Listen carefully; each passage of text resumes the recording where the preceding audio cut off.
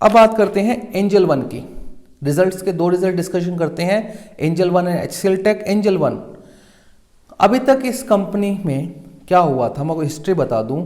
ये कंपनी 2021 में लिस्ट हुई थी, 313 के आसपास का प्राइस था, डिस्काउंट के अंदर 280 के आसपास शेयर को दिया गया।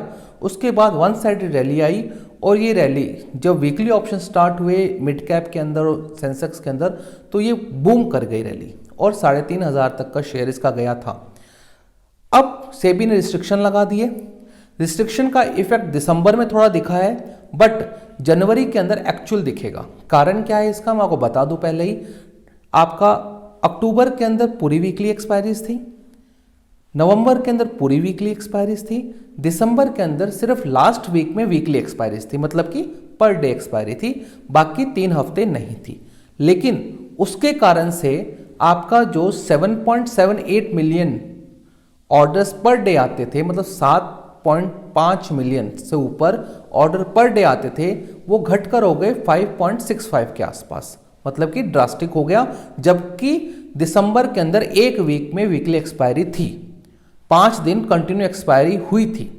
बट जनवरी में क्या चेंज होगा इसमें, जनवरी के अंदर पहला पॉइंट, आपके क्वार्टरली और आपके हाफ ईयरली कॉन्ट्रैक्ट साइज बढ़ गए निफ्टी के, ठीक है। आपकी वीकली एक्सपायरी सारी बंद हो गई। अब सारी एक्सपायरीज थर्सडे को होंगी, आइदर वो फिन निफ्टी हो, चाहे आपका बैंक निफ्टी हो, चाहे कुछ भी हो, सारी एक्सपायरीज एक ही दिन होगी।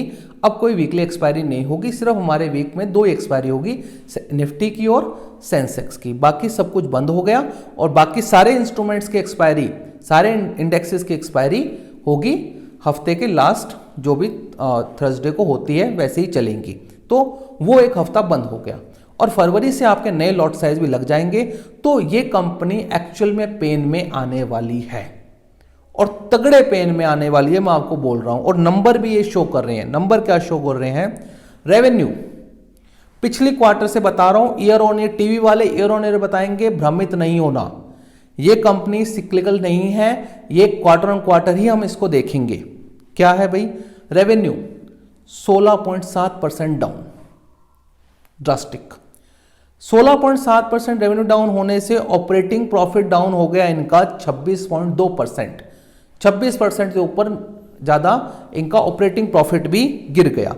मार्जिन्स भी डाउन हो रहे हैं, इनके को काम नहीं मिल रहा। जो इनके 40% से ऊपर के मार्जिन थे, 44% मार्जिन थे, वो घटकर 39 आ गए और नेट प्रॉफिट भी घटकर कितना घटा, 33% घट गया। मतलब कि डबल रेवेन्यू का डबल नेट प्रॉफिट घटा है। और आने वाले समय में मैं आपको कहता हूं इस स्टॉक से आप दूर रहिए जिनका इन्वेस्टमेंट है। और पहले मैं कोई राय नहीं दे रहा हूं, आपके फाइनेंशियल एडवाइजर पूछ लीजिएगा, लेकिन मेरा जो मानना है इस स्टॉक के लिए कि आप इस स्टॉक से थोड़ा दूर रहिए। कोई बाय और सेल नहीं है, बट स्टॉक से दूर रहिए क्योंकि इस सेक्टर पर टेलविंड है, हेडविंड नहीं है।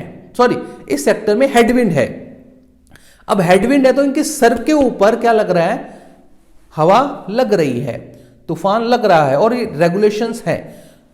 अब कोई कहे डिस्काउंट है, मैं नहीं मानता, क्योंकि ब्रोकिंग कंपनीज पहले इंडिया में 1-2 के पी मल्टीपल पर ही, मतलब कि 1-2 के प्राइस टू बुक पर ही चलती थी। तो ये बहुत महंगा है अभी भी और आप इस स्टॉक से थोड़ा दूर रहिएगा। कल क्या होगा मुझे नहीं पता, एक्सीडेंट ऑफ डे हो सकता है ये स्टॉक्स, और नंबर तो खराब है, उम्मीद से ज्यादा खराब है। इतनी उम्मीद नहीं की थी क्योंकि सिर्फ 1 महीने में वीकली एक्सपायरी बंद हुई थी। अब अगले क्वार्टर में तीनों महीने में एक जैसा है और फरवरी से लॉट साइज बढ़ जाएंगे, तो ये कंपनी तो बहुत प्रेशर में आने वाली है।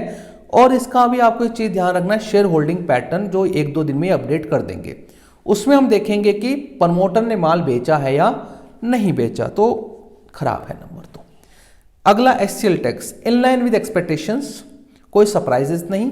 एक सरप्राइज है वो भी नेगेटिव साइड के अंदर।